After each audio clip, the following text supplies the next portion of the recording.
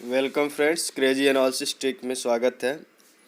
आज हम संविधान के भाग 1 और 2 के जितने भी अनुच्छेद हैं ट्रिक के माध्यम से याद करेंगे। अब वीडियो के अंत तक बने रहिएगा। इसी तरह के 395 अनुच्छेद को मैंने ट्रिक के माध्यम से याद करवाया है। बेसिक कंसेप्ट आप समझ लेंगे लेकिन याद नहीं होता है। मैंने याद करने का ही ट्रिक आप लोगों को दिया है। तो चलिए वीडियो को स्टार्ट करते हैं।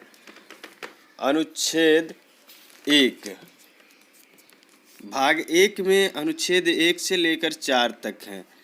अनुच्छेद 1 कहता है भारत संघ है और उसका एक राज्य क्षेत्र है, यानी संघ और राज्य क्षेत्रों का वर्णन किया गया है अनुच्छेद 1 में। और ट्रिक ये है, एक संघ, बस इतना याद रखेंगे। एक संघ तो संघ और उसका राज्य क्षेत्र याद रहेगा। अनुच्छेद 2 नए राज्यों का प्रवेश या स्थापना। मीन्स अगर कोई नया राज्य प्रवेश करना चाहता है इंडिया के क्षेत्र में या किसी नए राज्य की स्थापना करनी है तो इसका अनुच्छेद 2 में विवरण दिया गया है। ट्रिक ये रहेगा, एंट्री 2 प्रवेश, एंट्री 2। सब लोग एंट्री मांगते हैं, स्कूलों में एंट्री मांगते हैं और जगह एंट्री मांगते हैं। एंट्री 2 अनुच्छेद 2 में नए राज्यों का प्रवेश और स्थापना का वर्णन किया गया है। अनुच्छेद 3 नए राज्य का निर्माण, सीमाओं या नामों में परिवर्तन से याद रखिएगा, परिवर्तन तभी हो सकता है जब फ्री हो। अनुच्छेद 3 मीन्स फ्री होने पर ही परिवर्तन कर सकता है। तो नामों में परिवर्तन हो, नए राज्य का निर्माण हो या सीमाओं के नामों में परिवर्तन करना हो, सीमाओं में परिवर्तन करना हो, तो परिवर्तन से याद रखिएगा फ्री होने पर ही परिवर्तन हो सकता है। फ्री परिवर्तन। अनुच्छेद 4 पहली अनुसूची और चौथी अनुसूची के संशोधन को तथा 2 और 3 जो अनुच्छेद 2 और 3 है इसके अधीन बनाई गई जो विधियां हैं उसको अनुच्छेद 4 में रखा गया है। अब अगला देखते हैं भाग 2 अनुच्छेद 5 से लेकर 11 तक। अनुच्छेद 5 कहता है संविधान के प्रारंभ पर नागरिकता, यानी संविधान लागू होने के समय नागरिकता का क्या प्रावधान था, इस बात का व्याख्या किया गया है अनुच्छेद 5 में। इस बात को बताया गया कि अनुच्छेद 5 में कि संविधान के प्रारंभ होने पर नागरिकता की क्या क्या शर्तें थीं।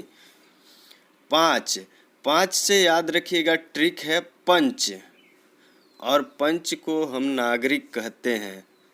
गांवों में पंच को क्या कहते हैं? नागरिक ही बोलते हैं। तो पंच से नागरिक याद रखिएगा। तो अनुच्छेद 5 नागरिकता का वर्णन करता है। अनुच्छेद 6 भारत आने वाले व्यक्तियों को नागरिकता, विभाजन के समय जो लोग पाकिस्तान से भारत आ गए उनकी नागरिकता के विषय में दिया गया है अनुच्छेद 6 में।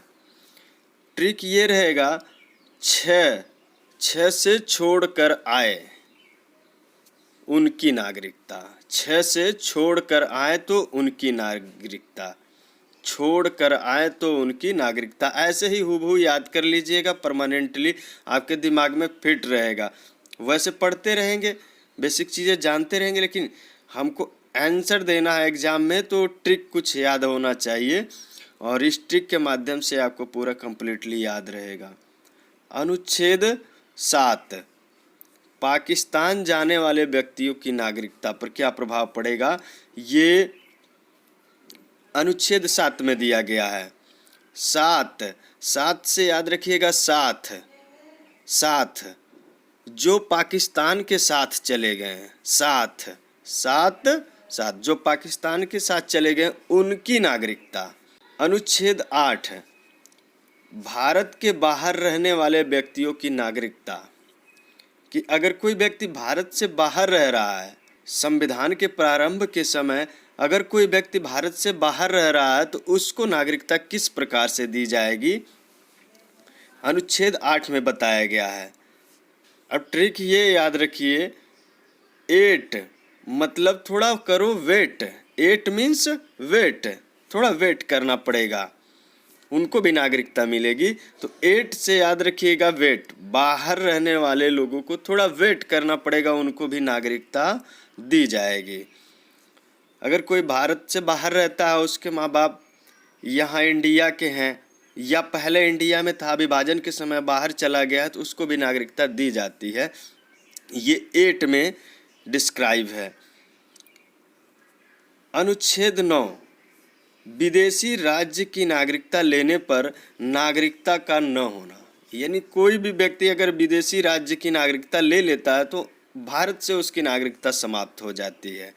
अब ट्रिक क्या रहेगा, नो गो मतलब नहीं है, गो मीन्स चला गया, मतलब दूसरे देश में चला गया, नागरिकता ले लिया तो उसकी नागरिकता क्या हो जाएगी, समाप्त। नो गो, अनुच्छेद 9 में नागरिकता गो मतलब गई, समाप्त कर दी गई। क्यों, विदेशी राज्य की नागरिकता ले लिया है।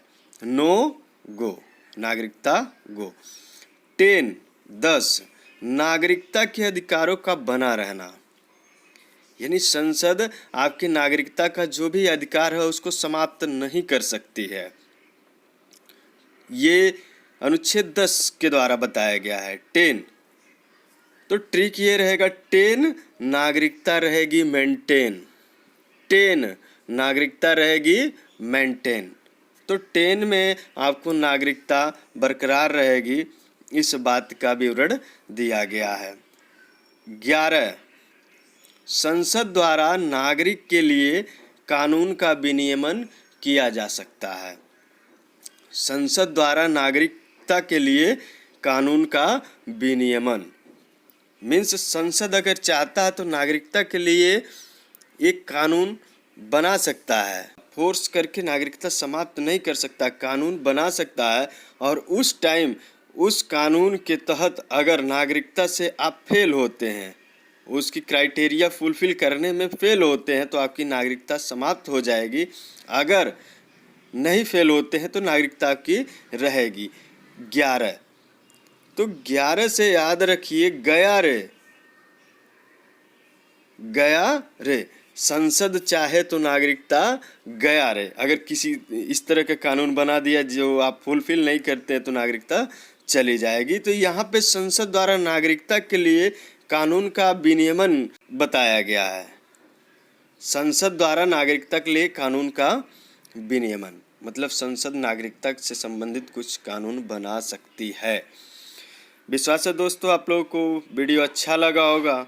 अगर अच्छा लगा होगा, हमारे ट्रिक अच्छे लगे होंगे तो वीडियो को लाइक करके शेयर सब्सक्राइब कर लीजिएगा चैनल को। ऐसे ही मैं 395 अनुच्छेद को आप तक पहुंचाने वाला हूं। देखिए, पढ़ना और याद करने में थोड़ा फ़र्क है। मैं प्रयास कर रहा हूं कि आपको हूबहू 395 अनुच्छेद याद हो जाएं।